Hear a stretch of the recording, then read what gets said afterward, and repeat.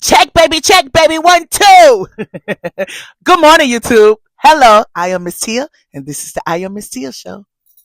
She says she's been bitten from head to toe. I don't know what been chewing on me, but I know I'm ate up on me. Watch how she up the score. That's right. That's right.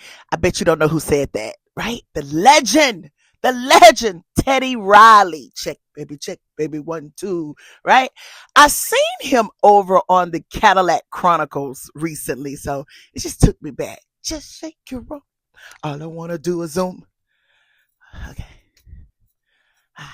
I like my age. I like it. Hello, everyone. Thank you for joining me. This is the I Am Miss Tia show. Hold on. Let me do a little disclaimer. I said the views are mine and mine only. If your favorite rapper, celebrity, politician, or your internet personality get astray, listen, this is just my opinion. Please remain calm. This is commentary, honey, not comeback. Thank you for tuning in to the I Am Miss Tia show. Oh, I got some great topics today. Oh, I got some great topics today. Everybody is out in LA, right? Is that what the BET Awards at this year out in LA? Doing the BET week thing. We're watching some of our favorite celebrities. A lot of people is not coming up to the mic, but I've been seeing a couple of people, so I'm excited. The BET Awards come on this Sunday, which is 28, right? I can't wait. Y'all know me if you've been listening to some of my past posts. I've been complaining, and I'm holding BET to a certain standard about the Lauryn Hills tribute. I hope they come through. Man, we got some great topics today. I'm talking about the XXL freshman um post that they put out this week. What do you think? Tip's new album, Kill the King. LL Cool J. I saw LL Cool J clip, so maybe I can talk about that. I hope I get to it. Kendrick Lamar saves lives. I saw something about that. I hope I can get to that too. Cash Money, and No Limit going on tour. Are you going? Oh, I am. I will be there. Birmingham. All day. We going up, honey. Get ready. And I'm also going to talk about the Lizzo album. The Lizzo album sales. A lot of people is talking crazy about Lizzo, but listen, let's get straight into it. I don't have all day. I don't have all day. I want to start here because this is fresh, and if you come here with me, you know I always talk about pushing the culture. Who is the new culture carriers? And I like a lot of the artists that recently I seen on the XXL freshman cover. So I looking at those artists, those were some of my choices. Man, last week I couldn't come to the show. I didn't do the show because I was on the beach, honey. You see my tan? I'm just like I was on the beach, but it was so crazy. I was going to talk about some of these artists that was on this list last week, but I didn't get to do it. But the CXXL freshman cover drop Wednesday. I was like, wow, dope. A lot of people on the list I didn't know, but a lot of the artists I was already looking at, and I think some of my previous posts I talked about them. So Lareezy was one of my favorites. I remember seeing him in a freestyle. It was a while ago. I can't think right now. Maybe I could put the clip in. Trim. Y'all know I've been hollering Trim. I do believe she's one of the new culture carriers. Do I believe she got longevity as a hip hop artist? I don't know. We're watching, right? Trap Dicky. Did you go over and see my post? I talked about Trap Dicky. I thought that he could be a great up and coming, maybe a great culture carrier. YK Niece. Everybody's like kind of like her. Take me through that. Take me through. But my thing about some of these artists, are they moment artists? Are they for the moment? Or do we have them as a longevity type of artists? Because throughout the history of the XXL freshman covers, we've gotten great stars, right? We've gotten people who could really carry this culture off those lists. So as I look at the new list, I like a lot of those people. I'm gonna say this, and I hope this doesn't offend people. I want to add to the list. I felt like a lot of people who I feel that's good should have been on the list. If you don't mind, Can I add a couple people? One of my favorites that I felt like should have been on the list, Lynn the Bad Guy. I don't know if you guys know her. If you haven't seen her, go and check her out. I think she's dope. Listen, it's not just because she's from Alabama, okay? It's not just that, but I really do believe Lynn the Bad Guy have a great career. Now I'm questioning though. She second guessed me sometime because she's in college. She is really going after her education. She's really going for that. And to me, if I was her big sister or her mother, I would tell her to go after her education. Like personally, right? Really, if I was that sister to her, I would say go for your education. But I know this thing about passion, something about passion that it'll make you just overlook what you know is right. Passion kind of draws you. That passion thing, it draws you. So, but Lynn the Bad Guy is one of those girls that I feel like should have been on the list. Go and check her out. I really like her flow. She remind me of Emil X. Because Emil X, a lot of people don't realize this.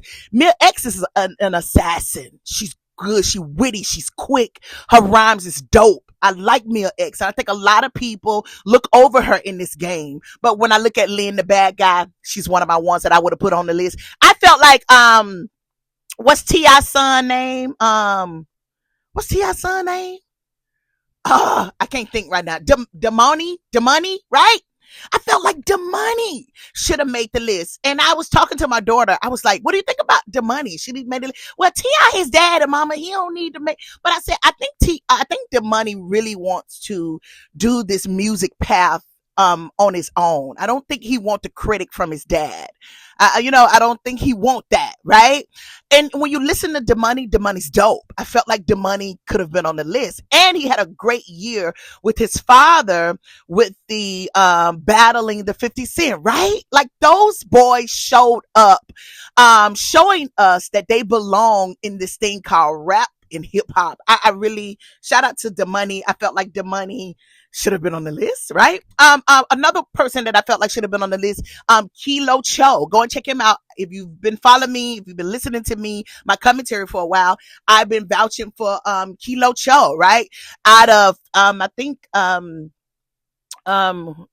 out of Florida, right? I think Kilo Cho is out of Florida, right? A Florida boy, right? But he's a gospel artist. That's my thing too with the XXL freshman. Listen, everybody you got gospel rappers. Like share the love. XXL. You gotta expand your vision of how you guys are watching hip hop artists. They're just not in one sector. You got gospel artists that's dope, that can really wrap circles around some of you guys' main artists. So I feel like Kilo Cho. Plus, he had a big feature with NBA Youngboy. I talked about that. I felt like he could have been one of those ones to look for.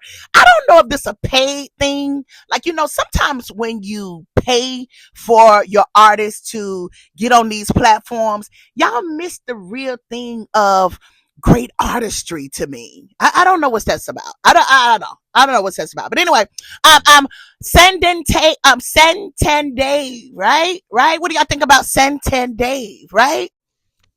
I felt like Santan Dave out of London. You remember him?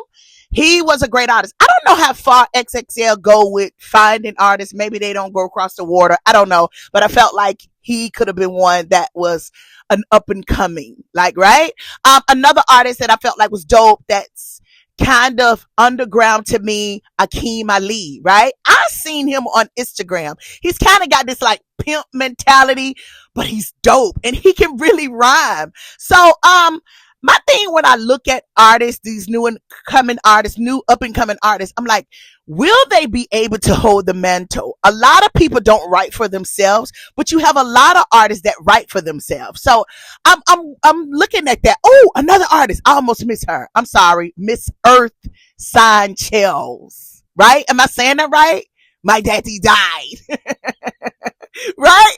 Go and check out Miss Earth. Right now, Miss Earth had a great week. She had a great week this week. I think I posted her on my post on YouTube. Dope. You can hear it. And when you go and find some of her other songs, you could tell she is a craftsmanship with her pen. I think Earth is gonna have a great career if they push her, get behind her. Another thing, she's on Columbia.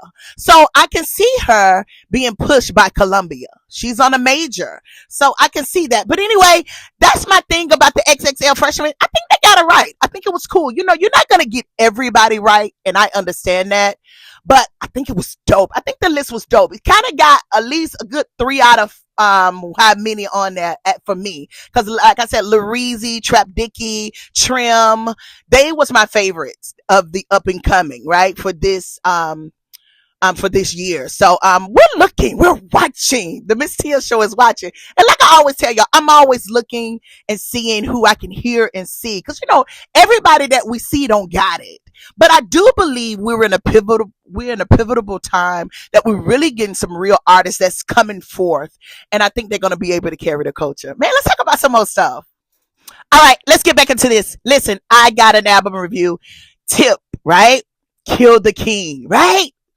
Dope. Let me just say that. I think I put up a post on my Twitter because sometimes when I listen to albums that I really like or that I'm what I'm really looking forward to, I always just post to tell the artist, I appreciate your art. And I heard something in an interview with Tip. He was talking about how he don't feel like the fans understand the hard work that goes into an artist when they put down their feelings, their knowledge, information on into their music. And they feel like, I think he was saying, I don't want to misquote him, just trying to put it in my terms. He was just saying, he don't think, the fans appreciate it. And maybe he was saying that to me. I felt like maybe we need to be careful of judging, people's art, right? I would say, and I don't want to have a problem with Tip because I like Tip. Tip is very sure of who he is. He really don't give a damn. But I do believe the fans, we hold some of you artists to a standard of we deserve great artistry. Because now I've been listening to a couple of artists and I heard a lot of people was like, oh, I just put out anything just to go. No. And it is really a disappointment for real people who really love this hip hop music.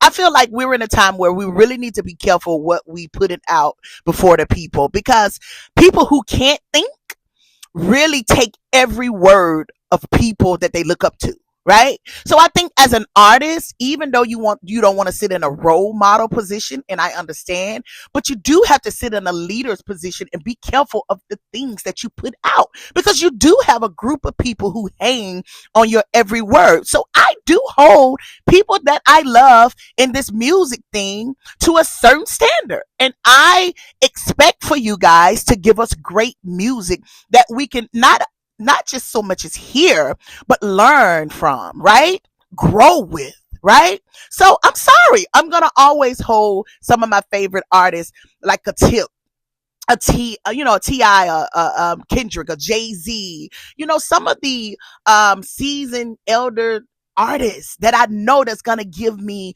great material that I can feed from. I really hold you guys to the center. But anyway, so, it's a catch-22 with me with Tip, but I understand where he's coming from. I'm pouring my heart out. Please appreciate it. So I'm going to say this. Kill the King album was dope. I really like it. I would say it's a listen. It's a must listen. I put in my post that it's not a skip. It's not. Tip is one of those artists. He understands this music. He understands his gift, and it's effortless to him. It's effortless. He do it in his sleep. You know how some people is just so good they could just. That was a lot, wasn't it? That was a lot. Okay. That's the only way I can kind of show you what I'm talking about. Right? Go and check it out. One of my favorite songs, everybody know, Mr. Him, Gorgeous. We On It, We On, which made it sound like the old Tip to me. We On, the old Tip to me. Long Live OG Clay. You can tell Tip is still kind of in that moment with one of his friends that he lost due to illness or gun issues, whatever, a friend that he lost who was dear to him that came into this industry with him. So that song to me, Long Live OG Clay, crazy. And what I liked about it, he had NBA YoungBoy. And listen, y'all know I'm not too crazy about NBA YoungBoy's music. I feel like he still got a lot of growing to do. But what I notice is when NBA YoungBoy get with certain people, he sounds so seasoned. He sounds so good, right? He sounds so palatable. Right? So I really like that Tip had NBA YoungBoy on that. It kind of helped him grow up. One thing I was telling my daughter, because she's a avid NBA YoungBoy's fans, I said, y'all gotta allow him to grow up. Because if you don't, he's gonna constantly keep giving you that kind of weird music. Like, cause I listened to a couple of songs off his new album. I can't palate the whole album. Sorry, NBA YoungBoy. But a couple of songs, I get it. But I do believe if he get around the right people, and you know, Tip have that history of being able to mold young stars, right? Remember, he wrote for Bow Wow for many years. So don't forget that. So being on that song, that's one of my favorite songs off the album. What's another song? The whole album. Go and check it out. I don't want to do that to Tip. I like Tip. I think Tip is one of those artists that he goes down in the book. He goes down in the book. Another thing that I liked about what Tip did, he put his whole team on his album, from his children to his friends, right? You heard every last one of his children. I think his son, Buddy Lee, had a feature on one of the songs. It gave you kind of like the rock feel, the rock and the country feel. Dope. T.I. hit that out of the park. I really like that. Lil Aries opened it up, right? The OMG girls. You had Dro. I heard T-Pain.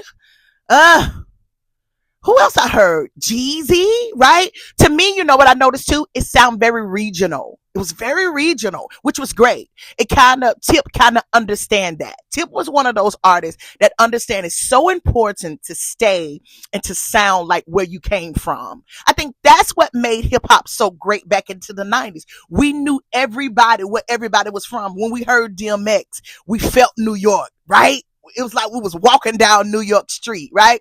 When we went to Memphis, when we was over there with the 3-6 Mafia, did we understand how crazy Memphis was? But that's what we loved about it then. Everybody stuck to their region, and we kind of experienced everybody's genre, region, neighborhood attitude when we heard the different artists. This is what I like about it. When you went to Cali, when we heard Snoop and Dre, we just was like, right?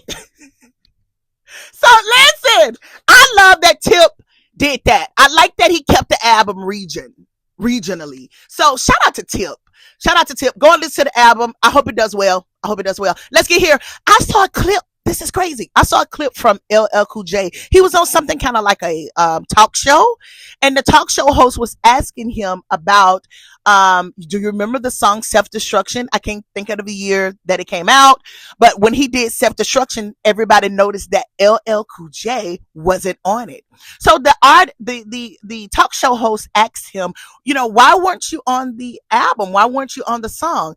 But something caught my attention. I ain't trying to be messy, but when you listen to the clip, LL Cool J says something like, I haven't been out in a while and I didn't want to be on that song. And I'm like, why wouldn't LL Cool J want to be on one of the most expressive songs that hip hop had at its time? It was the We Are the World song of hip hop, right? Am I tripping? When Self-Destruction, the We Are the World song of hip hop, right?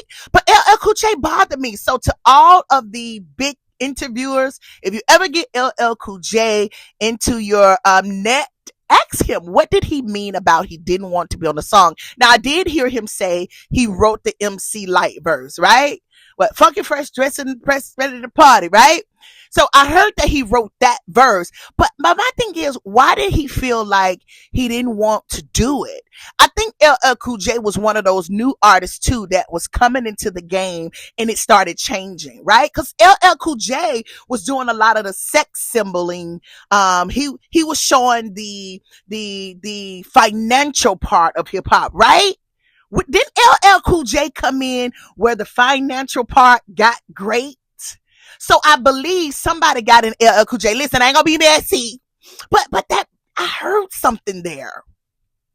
Okay, let me move on. Cause you know I like LL Cool J, and I hope I get to meet him one day. Kendrick Lamar.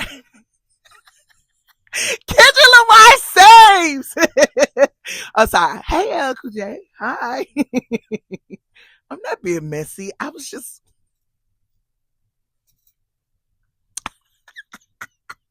Okay. Kendrick Lamar saves. I was looking at this. I'm over here on the Instagram, like I'm always looking, and the New York Knicks player Mikal Bridges. Am I saying his name right? Not. Go look it up. You know me. I say wrong stuff. What you gonna do? Huh? No, that's it. I just play. He talked about the Mr. Morale album, right?